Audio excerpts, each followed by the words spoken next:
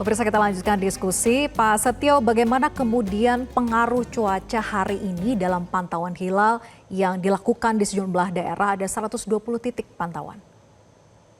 Ya, terima kasih Mbak Vera. Assalamualaikum warahmatullahi wabarakatuh. Jadi memang kita mulai dari Maret sama April 2025 ini ya.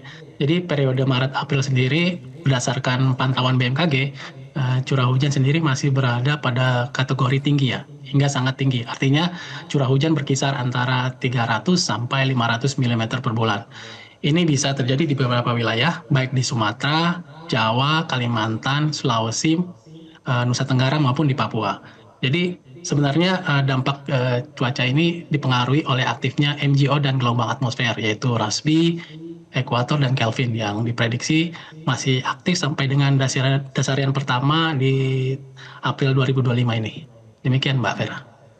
Ya, Pak Setio Aji, bagaimana kemudian dengan cuaca esok dan saat hari Lebaran nanti? Nah, tentu hari ini ketika pantauan hilal tadi diprediksi tidak semua bisa melihat begitu ya?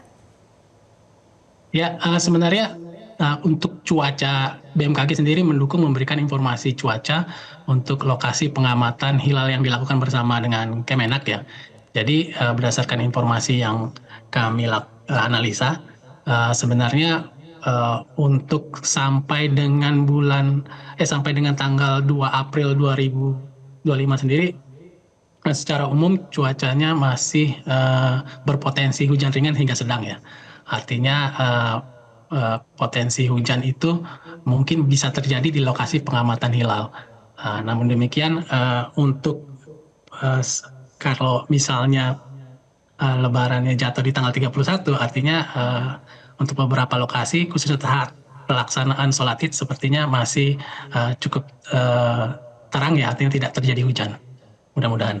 Tapi Mbak Vera, sebenarnya untuk hilal teramati sendiri banyak faktor yang mempengaruhi ya. Artinya contohnya berdasarkan hasil perhitungan BMKG sendiri, tinggi hilal maupun elongasinya sendiri masih belum memenuhi kriteria MABIMS. Artinya kesepakatan antara Menteri Agama dari negara-negara ASEAN, yaitu dari Malaysia, Indonesia, Brunei maupun Singapura, di mana untuk kriteria MABIMS yang kita gunakan, tinggi hilalnya sendiri di atas 3 derajat, dan juga pada saat ini berdasarkan hasil pengukuran yang dilakukan oleh BMKG sendiri, di hari ini ketinggian hilal sendiri, khususnya contohnya di Merauke masih minus 3,29, dan juga di Sabang sendiri masih minus 1,07. Artinya sama sekali belum memenuhi kriteria MABIM karena hilal sendiri masih negatif, artinya masih di bawah horizon. Termasuk juga elongasi geosentrisnya, di mana di seluruh wilayah Indonesia sendiri masih belum memenuhi kriteria MABIM, artinya masih di bawah 6,4 derajat. Ya, kriteria MABIMS itu sebagai acuan, tapi juga dipengaruhi oleh faktor cuaca, begitu Pak Kiai. Nah, bagaimana kemudian kalau melihat kondisi sekarang, kita memang Rukyatul Hilalnya sudah menggunakan teleskop gitu ya, atau mengikuti kemajuan teknologi sekarang lah. Tapi kalau melihat zaman dulu ketika zaman Rasulullah, seperti apa sebetulnya pantauan dilakukan yang dikatakan dengan mata telanjang saja begitu ya, tapi cuaca dulu dan sekarang wilayahnya pun juga berbeda begitu ya. Bagaimana melihat ini? Ya, pertama dari segi lingkungan ya, zaman dulu itu terutama di masa Nabi itu ya daerah Timur Tengah itu lebih sedikit hujannya, mendungnya gitu ya, sehingga peluang untuk melihat hilal itu lebih besar gitu ya. Dan kemudian di tempat-tempat lain tentu mengikuti pola itu. Nah, prinsip ru'yah itu sebetulnya tidak diabaikan. Masih tetap seperti yang saya katakan tadi itu. Hadis Nabi itu mengatakan bahwa suhmu li ru'yati waqtiru li ru'yati. Puasalah kamu ketika melihat hilal jadi awal bulan Ramadan, dan puasa berbukalah ketika melihat awal bulan, yaitu di bulan Syawal kalau dalam konteks puasa Ramadan ini. Nah, tapi ada tapinya itu, fa'idahu ma'alaikum, yang kalau kamu terhalang melihat awal bulan itu, melihat hilal itu, maka fakmilu Sya'ban salasin, sempurnakanlah puasa menjadi sempurnakanlah Sa'ban itu 30 hari sehingga awal Ramadan setelah Sa'ban 30 hari. Demikian juga dalam hal melihat awal bulan di bulan Syawal. Jadi digenapkan 30 hari digenapkan gitu ya? 30 Atau hari. istiqmal gitu Istiqmal, disebutnya. betul, istiqmal, disempurnakan gitu ya. Tapi dalam hadis yang lain ada juga ya fa'in rubi'a alaikum faqdurulah. Kalau kamu terhalang melihat awal bulan itu, anak bulan itu, maka kira-kirakanlah gitu. Nah, dalam konteks ini istilah kira-kirakan itu dikaitkan dengan hisab. Maka hisab sangat memberikan penjelasan kalau di bawah ufuk tidak akan terlihat, berdasarkan hasil hisab tidak akan terlihat, dan ini kan termasuk yang sekarang ini kita uji, kita konfirmasi benar nggak ini, nah gitu, meskipun secara ilmu pengetahuan sudah hampir digaransi 99% kira-kira gitu kan. Nah ini pengujiannya.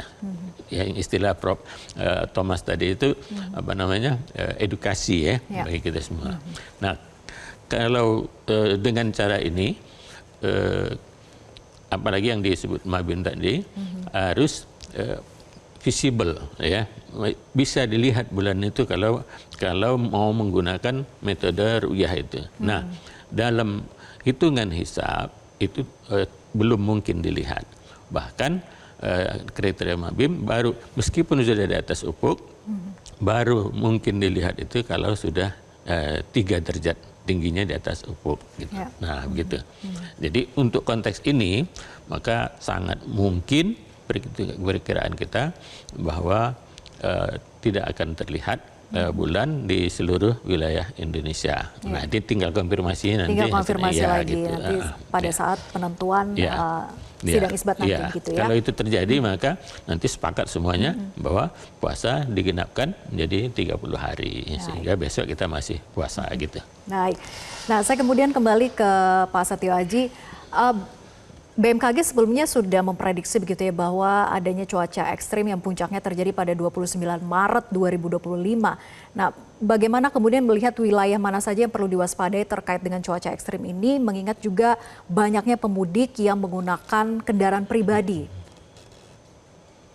Ya, jadi secara umum ya, beberapa wilayah Indonesia seperti Aceh, Sumatera Selatan, Banten, Jabar, Jateng, Jawa Timur, kemudian Kalimantan Tengah, Kalimantan Utara, Sulawesi Selatan, Sulawesi Tenggara, NTB, NTT, dan Papua berpotensi untuk mengalami cuaca dengan intensitas tinggi, sedang sampai dengan tinggi ya. Artinya, namun demikian di wilayah tersebut bisa jadi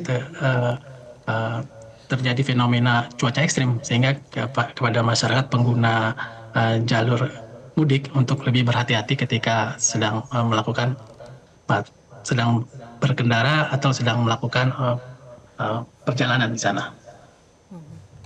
Baik, terima kasih Pak Setio Aji dan juga Pak Kiai Abdurrahman atas diskusinya di Breaking News Metro TV. Dan pemirsa, Breaking News Metro TV akan kembali usai monitor mudik sesaat lagi.